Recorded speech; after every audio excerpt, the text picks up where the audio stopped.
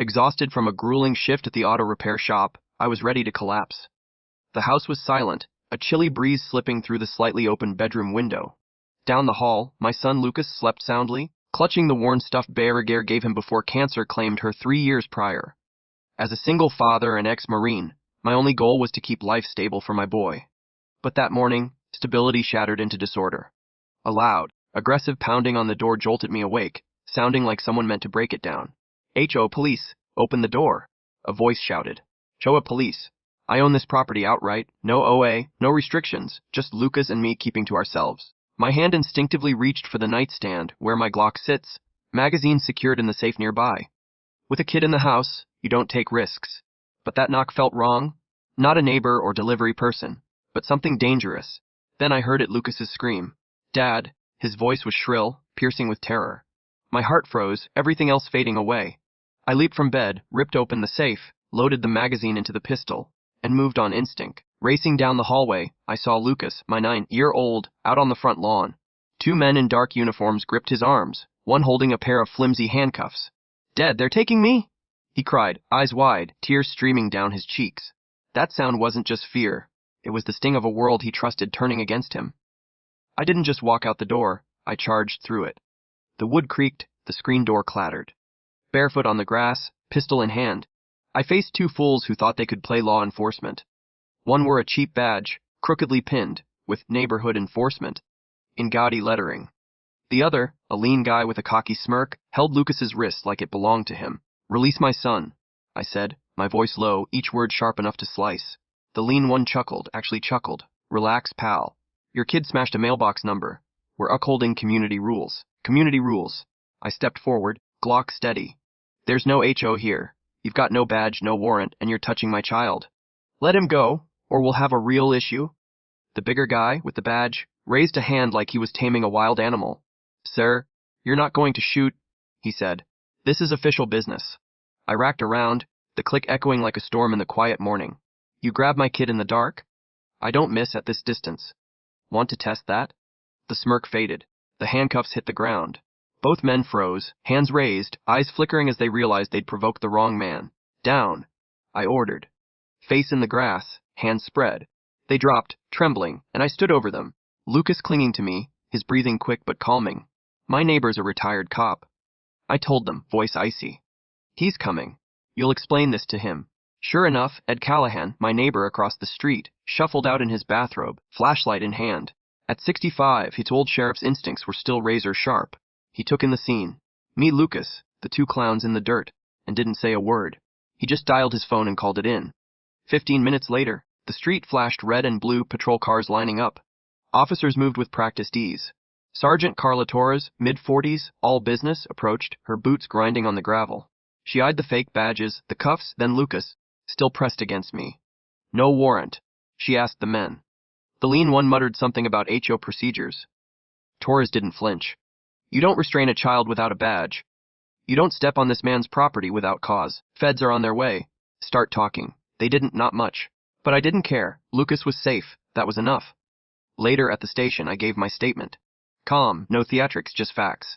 I heard my son scream, saw 2 strangers grabbing him, and acted like any father would.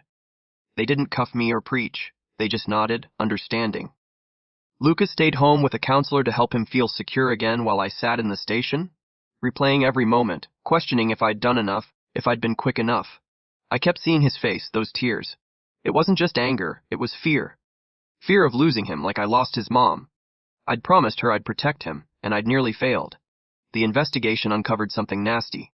Those 2 weren't just random thugs. The big one, Nate Crowley, used to head the old HOA before it was dissolved for embezzling funds. He was resentful, convinced the town had weakened without his control. The lean one, Tim Ree, was his friend from a local militia group, always preaching about reclaiming authority. They'd concocted this neighborhood enforcement scheme, printing fake badges, dressing as cops, targeting people they thought wouldn't resist. Elderly folks, single parents, me. Why Lucas? A broken mailbox number they found in the grass, no evidence tying it to him. They wanted to intimidate us, to show their dominance, to control the neighborhood. They'd been doing it for months. Flashing lights into windows, shaking gates, issuing fake citations for invented rules. Most people paid them to leave, too frightened or wary to fight. But when they targeted my son, they crossed a line they couldn't step back from. The feds raided Crowley's house and found everything: fake IDs, a laptop with patrol schedules, even a list ranking neighbors by how disruptive they were. Lucas and I were high on that list, likely because I'd told the old HA to get lost years ago, when they tried finding me for oil stains on my truck. The trial was subdued, not like in films. In a small Austin courthouse, neighbors filled the seats, watching silently. The prosecutor, Maria Delgado, spoke calmly, but her words hit hard.